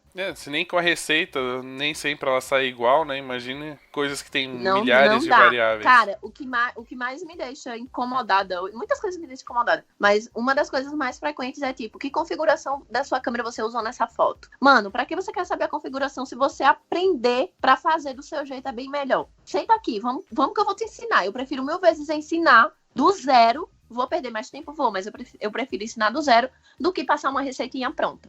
Eu até gosto de brincar, assim, de falar que a receita a gente pode até passar. Todo mundo passa uma receita, né? Minha avó passou uma receita pra minha mãe, pra minha tia. Todo mundo recebe a receita. Mas os ingredientes são diferentes, né? A farinha é diferente, o açúcar é diferente, o ovo é diferente. Que é a mesma coisa na fotografia. A gente pode até passar qual é a abertura, qual é a velocidade, qual é o ISO. Mas a câmera é diferente, o ambiente é diferente, a luz é diferente, a pessoa que está sendo fotografada é diferente. Então o resultado vai ser diferente, não vai ser igual. Vai ser diferente. Sempre. Então, sempre que alguém me pergunta, eu sempre digo, se eu passar, você promete que vai fazer uma foto igual a minha? Aí a pessoa fica sem palavras. Fica até com medo, né, de falar, ixi, e agora? Sim, e agora? E falando um pouquinho dessa, já que a gente falou que a pessoa fica até com medo de fazer uma foto igual, porque ela não sabe se ela vai conseguir, todo mundo conversando com você, assistindo seus vídeos, percebe uma segurança, né, do que faz e de tudo isso de conteúdo que você produz e compartilha com a galera. Mas a gente não conhece os bastidores, não sabe como é que é atrás das câmeras. Vocês tem algum medo? Tem alguma coisa que você ainda sente um frio na barriga? De falar, será que vai dar certo? Será que é esse caminho? O que dá medo na Carly? Tudo, até acordar. Sério, as pessoas olham pra mim, elas sentem muita segurança. Mas o que elas não entendem é que eu preciso ser segura pro meu trabalho dar certo. Mas eu tenho medo de tudo. Então, tem dias que eu explodo e eu falo, não quero mais, mas eu tenho medo de tudo. Só que o que é que acontece? Logo quando eu tava começando, uma pessoa falou pra mim assim, se você não é isso que as pessoas esperem, comece a fingir que você é. Um dia, de tanto você fingir, você vai conseguir. Então, eu não sou uma pessoa comunicativa, eu não sou uma pessoa segura. Pelo contrário, eu sou uma pessoa muito insegura, eu sou uma pessoa tímida, só que eu precisei encarar esse personagem. E hoje já é mais de forma natural. Eu ainda tenho algumas inseguranças e tudo mais, mas eu tenho medo, sim. Eu tive medo quando eu lancei o curso online, eu tive medo quando eu mudei para São Paulo, eu tenho medo do crescimento, de não dar conta de tudo. Tudo isso me causa medo. E quando eu iniciei, eu também tinha medo. E eu também sou muito tímida, então, para mim, dar aula, gravar vídeo, tudo isso é uma superação. Eu sou tímida no nível de chegar num lugar, se tiver muita gente, eu tento entrar escondida para não dar boa tarde. Eu sou muito essa pessoa. Então, as pessoas, elas precisam entender que a gente sempre vai precisar ser algo além do que a gente já é para que algo dê certo. E não é usar máscara, não é fingir, mas é encarar algo que você quer muito e não consegue. Então, se eu não consigo ser uma pessoa comunicativa naquele momento, eu vou pelo menos fingir que eu sou até que aquele momento dê certo. É tipo fazer trabalho de escola. A gente nunca está preparado para ficar lá na frente da turma toda, mas a gente precisa para poder ganhar a nota. E bem assim aqui no mundo adulto. A gente precisa ser algo para conseguir se desenvolver, para conseguir ganhar dinheiro. Então, para mim, é muito mais necessidade do que ser, sabe? Então, o meu trabalho exige que eu seja comunicativa e que eu não tenha medo do grande, de investir grande, de dar passos grandes para poder dar certo. Então, eu encaro isso como uma necessidade do meu trabalho. E por ter domínio hoje da técnica, né, de ter estudado bastante, você ainda tem medo de ir fotografar algum ensaio e voltar pra casa sem ter uma foto que você Não. tenha coragem, ou nessa parte você já pulou, já tá tranquilo? Não, eu não tenho medo mais dessas questões técnicas, né? É mesmo o que eu não saberia fazer, por exemplo, usar um flash. Eu não saberia fazer, mas se me dessem um flash, com certeza eu ia ali no Google, ia pesquisar, ia treinar até a hora que eu tivesse que usar ele. Um newborn, eu não saberia como condicionar o bebê. Eu iria pesquisar, eu ia ter uma base, então eu iria chamar alguém que fosse mais capaz para manusear o bebê e eu iria fotografar. Então eu acho que a gente sempre tem que ter um plano B. Não adianta você ter só um plano A. Então eu sempre tenho um plano B, plano C, para que as coisas dê certo e eu consiga executar da melhor forma possível. Não, bem bacana. É porque as pessoas têm uma impressão de que quando a gente já chega a um certo nível, a gente vivencia isso também um pouquinho no Papo de Fotógrafo, é de achar que porque a gente já ter um contato, ter um network, já ter palestrado, ter subido em palco, as pessoas acham que a gente supera qualquer coisa. O que aparecer a gente encara, e nem sempre é assim, né? Eu sou igual você, tipo, eu não tenho coragem de entrar numa loja pra perguntar o preço de um sapato. Não tenho. Nossa, é a pior sou coisa dessa do mundo. também. Eu morro de vergonha de ir falar com o vendedor. Quando o cara pergunta, horrível. precisa de alguma coisa, você fala, não, tô só olhando. Não, Na verdade, quem já me viu no palco com o Petroco percebeu que ele fala, eu concordo.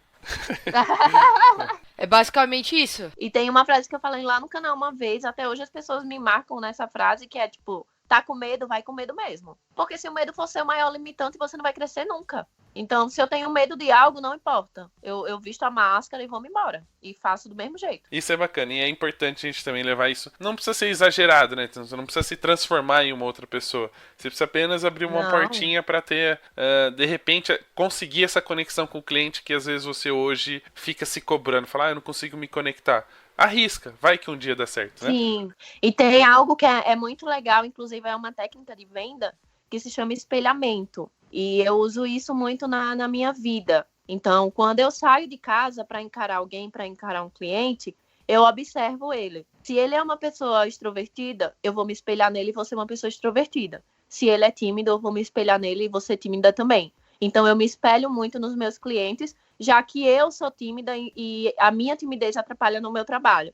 Então, eu vou ser aquilo que o cliente é.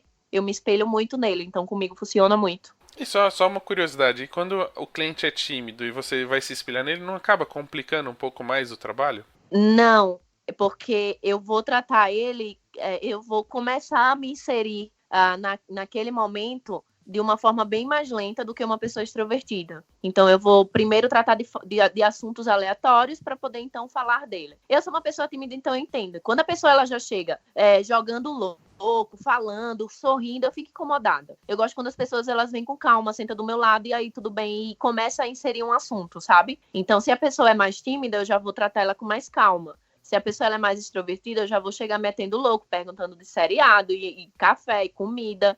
Já é uma conversa mais que é meio louca e não tem um rumo, sabe? Com pessoas mais tímidas você tem que ter um rumo. Então a questão do espelhamento é essa, é você entender as limitações do outro. Deixa eu aproveitar e fazer uma pergunta que não tem nada a ver com o assunto, mas que me veio à mente agora. A gente fala muito da expectativa que as pessoas têm da gente, principalmente por sermos pessoas públicas, né, conhecidas no mercado Sim. fotográfico, e a gente tá contando um pouco da nossa timidez, assim, do nosso íntimo.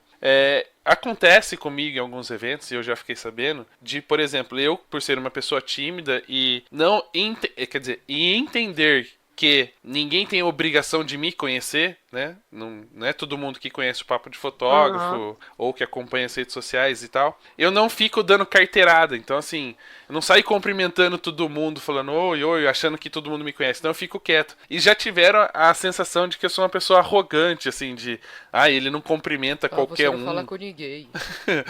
Não fala com ninguém, só fala com os tops, com quem palestra.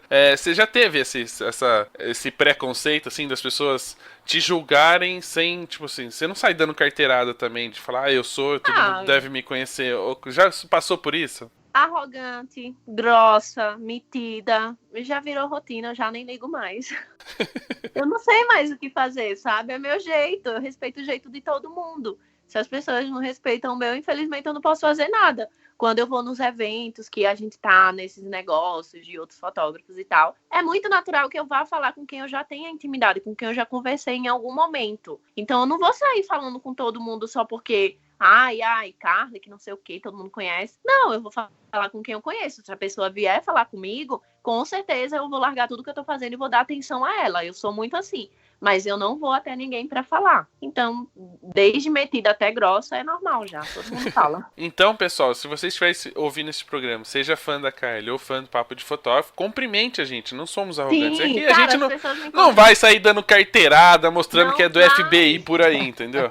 Aqui em São Paulo acontece muito, de eu estar na rua fotografando, e aí aparece alguém que me segue, fala comigo, eu só falo assim, cara, espera aí eu terminar o ensaio que a gente sai pra comer. É direto comigo acontece isso. Eu saio pra comer com a galera que eu encontro na rua. Eu amo sair pra comer. Então, eles chegam às vezes já no final do ensaio que eu já tô morrendo de fome, aí a gente sai pra comer e bater um papo. Acontece direto isso.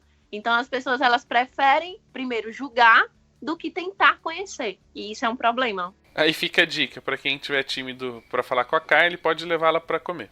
Sim, me chama logo pra comer, que aí eu já vou, a gente já bate um papo. E eu sou tão trouxiana que já rola um workshop VIP ali sem nem eu perceber de tanto que eu falo.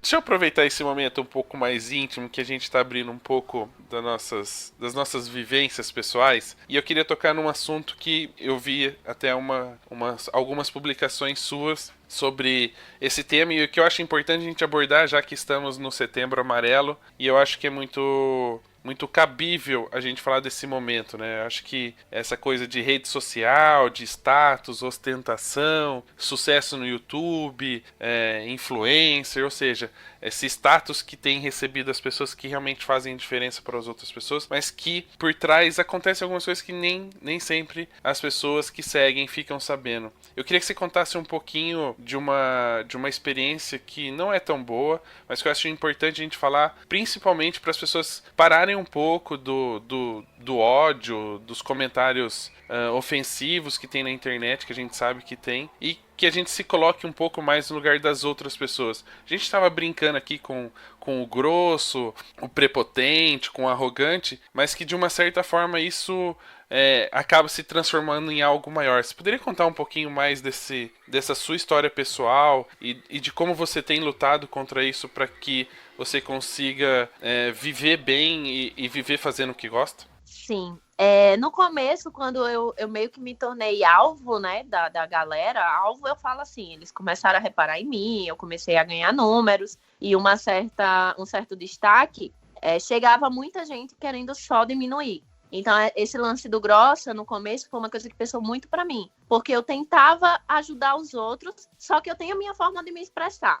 E a minha forma de me expressar, as pessoas dizem que é até do signo. Eu sou muito direta. Então, se você pergunta quanto é 2 mais 2, eu vou falar 4. Eu não vou chegar e vou falar, oi, meu amor, tudo bem, senta aqui, olha. 2 mais... Não, eu vou direto ao ponto. Até porque eu sou uma pessoa que eu quero ajudar todo mundo, eu não tenho tempo para ajudar todo mundo, e a minha forma de ajudar todo mundo é sendo o mais direta possível para economizar tempo, para otimizar o meu tempo. E no começo as pessoas não entendiam isso, que eu sou prática, cara, se tem que fazer, eu faço.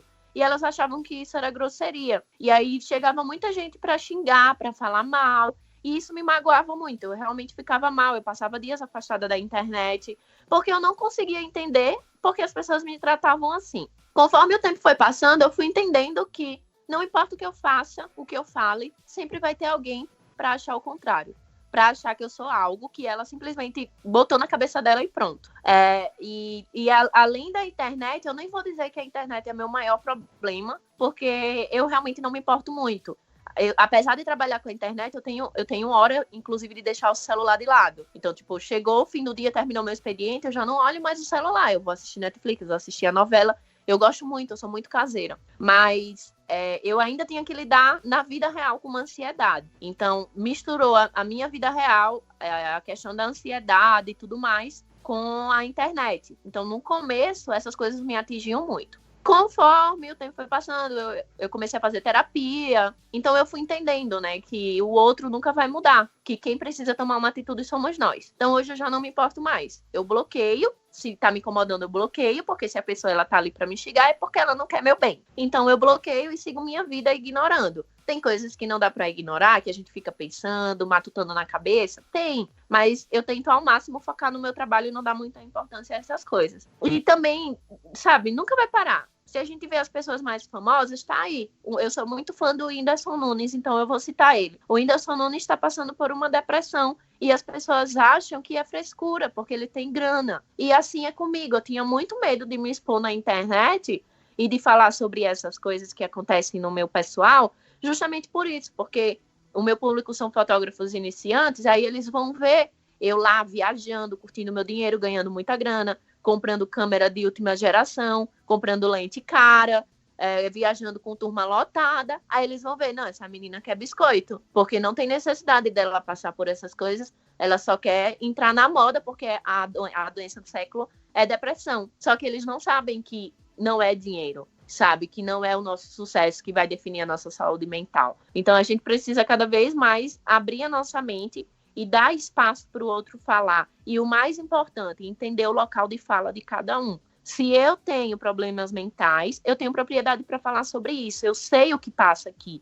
Se você não tem, então não vem falar que eu tô com frescura porque eu vivo uma vida confortável, porque eu tenho dinheiro, porque eu tenho uma profissão de sucesso. Porque não é só isso. Então, tem muitas coisas que eu passei até chegar aqui que me causaram isso. Então, eu acho que o Setembro Amarelo tá aí pra gente conscientizar, claro, mas as pessoas, elas precisam ser conscientes o ano inteiro. Então, tem muita gente que chega só querendo diminuir, com comentários maldosos, disfarçado de minha opinião, e não aceita que a gente bata de frente. Eles não estão acostumados a ter gente batendo de frente. Seja isso com a pessoa que tem doença mental, com a pessoa que é negra, com a pessoa que é gorda, com o gay. Eles não estão acostumados e a gente está na época de bater de frente. Então, quanto mais de frente a gente bate, mais confusão a gente arranja. Então, para mim, a forma de bater de frente é tentar falar sobre a minha vivência e conscientizar. Quem não quiser se conscientizar, infelizmente, eu vou arranjar um jeito de tirar da minha vida, porque eu realmente não tenho tempo, nem paciência e nem saúde para isso. Mas, infelizmente, nem todo mundo tem essa capacidade de ignorar. Muita gente se importa. A gente teve, inclusive um caso recente de uma blogueira que se matou depois dos comentários maldosos que fizeram na foto dela, porque ela foi largada um dia antes do casamento e ela resolveu casar mesmo sem um noivo. E as pessoas começaram a dizer que ela estava querendo chamar a atenção. Era o pior momento da vida dela, sabe? As pessoas estavam lá para criticar e ela pulou de uma janela, eu acho que foi do 9º andar, e se matou porque não aguentou as críticas das pessoas. E a gente tem que cada vez mais abrir os olhos. A gente não pode ditar as regras da vida do outro se a gente não sabe o que existe. A internet é 1% do que a gente vive, é o filtro, a gente só mostra coisa feliz, a gente não quer mostrar coisa triste. Então a gente precisa tomar cuidado com o que a gente fala com o outro, porque a gente não sabe o que existe na vida real de cada um. E eu toquei nesse assunto porque a gente vê constantemente, assim, é lógico que existem várias maneiras, né, de se fazer uma crítica, e a gente tem visto constantemente em grupos de Facebook, grupos do WhatsApp, Instagram, da galera quando vai comentar uma foto de alguém, isso eu tô falando de uma forma um pouco superficial, mas que é válido para essa discussão, de tipo assim, a pessoa já sai criticando, né, e eu falo, eu uso o seguinte, quando a frase começa com eu acho ou eu faria, isso não é uma crítica construtiva. Exato. É apenas uma opinião. Então, você ficar minando as pessoas porque o trabalho dela ainda não está no nível que deveria estar ou que você acha que deveria estar, não é por causa disso que você precisa ofender a pessoa, né? Existem várias maneiras de você ajudar essa pessoa a desenvolver o olhar. E é muito complicado porque a gente vive numa era em que a depressão não é tão visível, ela não é visível. A gente fala, não. Se a gente for olhar aqui, né, olhar você no YouTube, olhar você nos eventos, nas lives, no Instagram, a gente vê uma pessoa alegre, uma pessoa comunicativa, que conversa com as pessoas, quer transmitir conhecimento, mas que existem vários outros poréns que acontecem por detrás das câmeras que não é visível. A gente tem o caso, por exemplo, de muitos comediantes que se matam e a pessoa fala, mas poxa, como assim? Ele era um cara feliz, fazia piada de tudo. Mas o humor é um escape dos depressivos, assim, né? Eles usam o humor para parecer que estão felizes, né? Quantas pessoas não se mataram e a família falava, mas ele estava bem, né? Todo dia estava sorrindo, contando piada, e não é bem assim. Você falando isso, é uma coisa importante. A gente precisa entender que a pessoa com doença mental, ela não vai ficar 24 horas de domingo a domingo triste. São altos e baixos. Assim como pessoas normais. Eu até citei isso nos meus stories outro dia. É tão normal porque pessoas que não têm doenças mentais, ela também tem altos e baixos. A diferença é que os nossos altos e baixos, eles são patológicos. A gente precisa ter um acompanhamento, às vezes a gente precisa tomar medicação, porque é mais intenso. Mas do mesmo jeito que a gente tá feliz, a gente pode ficar triste. Então não é porque ontem eu falei que eu tava mal, que eu tive uma crise de ansiedade, e amanhã eu vou estar viajando pra praia e curtindo a vida, que a minha doença se curou. Então as pessoas, elas precisam entender isso. E elas precisam entender também que tudo que a gente fala tem consequência. Nem que a consequência seja uma resposta direta de quem você ofendeu. E quando a gente quer dar uma resposta para quem nos ofendeu, aí é que a gente leva a fama de grosso, de arrogante, de prepotente. Porque às vezes eu dou resposta quando eu tô muito feliz da vida e com paciência. Quando eu não tô, eu só bloqueio. Mas já aconteceu, por exemplo, de alguém chegar e dizer: eu não gostei dessa foto que você tratou. Aí eu respondi: pô, que legal, então faz diferente na tua, porque do meu trabalho... Oxe, a foto é minha, me deixa.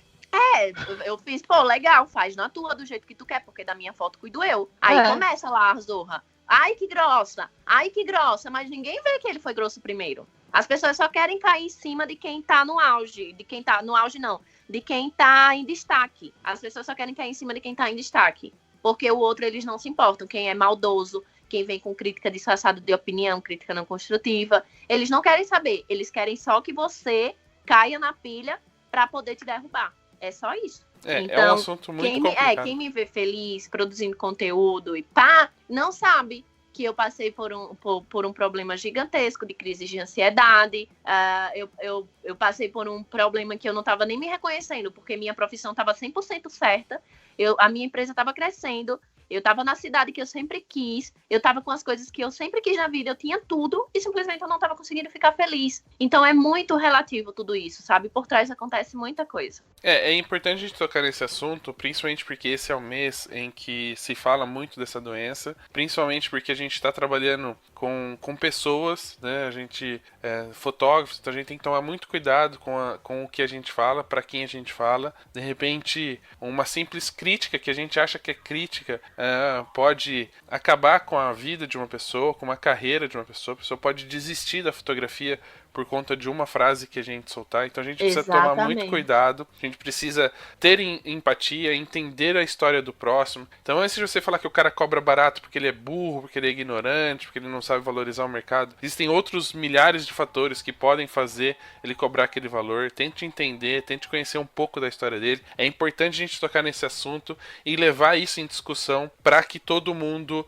entenda que do outro lado do computador, do outro lado da câmera, existe uma outra pessoa e que existem problemas que a gente nem sabe que existem. Então, vale a pena tocar nesse assunto. Eu conversei com a Carly antes, justamente para a gente abordar esse tema aqui dentro, para a gente poder começar uma campanha, um movimento, para a gente discutir esse tipo. E, falando já de planejamento e de planilhas, tenta colocar em um plano de saúde dentro da sua planilha, para você poder ter um terapeuta à sua disposição, para você poder conversar com alguém, e a gente deixa os canais abertos. Eu não sei se a Carly também quer deixar o canal dela aberto para isso. Se você tiver algum problema, tiver aí pensando em alguma coisa que não seja evolução da sua fotografia, mande pra gente, a gente vai conversar, a gente deixa o Papo de Fotógrafo disponível para você aí conversar com a gente vai ajudar o máximo possível. Sim, pode mandar também.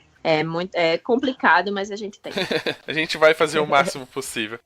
Bom, não vamos terminar esse bate-papo de uma forma triste, nem bravo com ninguém, né? Vamos falar de coisa boa. Vamos dar um spoiler. Um spoiler não, vamos fazer um merchan de uma coisa que vai acontecer em novembro, que foi muito legal, com a participação da Carly, com a minha participação em alguns episódios. Carly, fale um pouquinho dessa surpresa. O que vai acontecer daqui a alguns meses?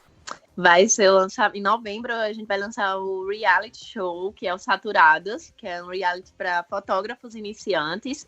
A ideia partiu mesmo dessa vontade que a gente tem, eu e os meninos da Voe, né, que eles me matam que eu chamo Voe. Os meninos da Voe, da gente somar mais no mercado da fotografia e não dividir, não competir. Então a gente quer ajudar mais a galera da forma que a gente pode, com o que a gente sabe, porque da mesma forma que a gente teve a chance, a gente acredita muito que outros também podem ter, se quiserem. Então, o reality é para isso, é pra gente, além de se divertir, né, porque o programa tá muito divertido, sério, não percam. Também tem a questão da gente conhecer histórias de fotógrafos que estão iniciando e que têm várias limitações, e que a gente tentou trazer essas limitações para a evolução deles. Então, além da gente ajudar e se divertir, a gente vai poder compartilhar histórias que outras pessoas vão se identificar também. E, além disso, conhecimento, né? O programa tá cheio de conhecimento também, então estou muito ansiosa para ver o programa, porque a gente grava, mas a gente tá na mesma ansiedade de que todo mundo, porque apesar de saber o que aconteceu lá, a gente não sabe como é que vai ficar a edição. Então, mano, eu tô tão ansiosa quanto. A gente quer descobrir se o editor vai deixar a gente bonzinho ou a gente... Não, bravo, com né? certeza eu vou ser a megera do programa, a grande bruxa. Mas eu vou Eu dar já um tô spoiler. esperando, Fala, é grossa, é prepotente, é arrogante, mas chora, hein? Ai, nem me fala. Eu tentei segurar o choro pra manter a imagem de grossa, né, de durona, mas não deu, não. Mas é muito legal, galera, porque tem alguns insights que acontecem durante a gravação que a gente nem tem programado, porque é muito natural, assim, e surgiram alguns insights bem legais. Tem um muito legal nas últimas etapas do reality, que vai ser muito legal acompanhar, você ver essa evolução e ver os insights que aconteceram. Então, fiquem ligados que a gente vai divulgar aqui também no Papo de Fotógrafo o reality, com os meninos da Voe, que já passaram aqui pelo programa, então vale a pena ouvir o episódio com eles. E, Kylie, queremos agradecer a sua participação, e para finalizar, assim, tem alguma dica que você fala assim, ó, a partir de hoje, se você fizer tal coisa, o negócio vai caminhar para dar certo? Alguma dica para os nossos ouvintes? Cara, estudar e treinar. A teoria, ela não é nada se não andar de mãos dadas com a prática. E o mais importante, não estudar apenas sobre fotografia, porque para ser um bom fotógrafo você precisa de muito mais. Então, estude além da fotografia e comece a se dedicar e ir atrás. Não esperar que tudo caia do céu, porque nada foi fácil até aqui e nada vai ser fácil em lugar nenhum. A gente tem que continuar trabalhando, e não é porque a gente, tipo, por exemplo, eu cheguei até aqui, outras pessoas chegaram onde elas queriam, que elas têm que parar. Pelo contrário, se manter é bem mais difícil do que chegar. E a verdade é que a gente nunca chega lá. Se você tá achando que um dia você vai chegar onde você sempre quis, não vai. Porque não existe um lá. Quando a gente chega, a gente sempre vai querer mais e sempre vai precisar de mais. Então, não descansem, não parem em momento nenhum. Continuem, porque... vai dar certo, tem que dar, um momento vai dar. Uma hora chega. Uma hora chega pra todo mundo. Bom, então aproveitando, já deixa as suas redes sociais aí onde a galera pode acompanhar os seus pensamentos, seus compartilhamentos, seu conhecimento. Fala aí todos os lugares que as pessoas podem te encontrar na internet. Eu estou no YouTube, é só pesquisar lá, Carly Marques, o meu nome é bem enfeitado e não é nome artístico, é nome mesmo, é bem coisa de pobre, esses nomes assim. Vou só letrar só pra vocês saberem que é K-A-R-L-Y, Carly Marques, o Marques é normalzinho. Então, qualquer Podia lugar ter que você 2 jogar... L's, ia ser mais aí. Podia ter 2 L's, ia ser mais enfeitado ainda, só tem um. Sim, né? E era bem frustrante, porque na época da escola não era obrigado ter as letrinhas K e Y não existia no alfabeto. E era muito complicado pra mim. Eu não entendia porque meu nome tinha uma letra que não existia. Nossa. Enfim. Então pode buscar lá, Carly Marques, que você já acha tudo. E no Instagram é @Carly Marques, se escreve do mesmo jeito. Também me procura que você já vai achar o profissional e o pessoal, porque eu divido os Instagrams. Então só cata lá, Carly, que já acha. A gente vai colocar os links também no post pra você aí que não conseguiu anotar. Combinado? Então, galera, esse foi o bate-papo de hoje. Espero que vocês tenham gostado, tenha sido direto, objetivo, como a Carly gosta. E até o próximo episódio.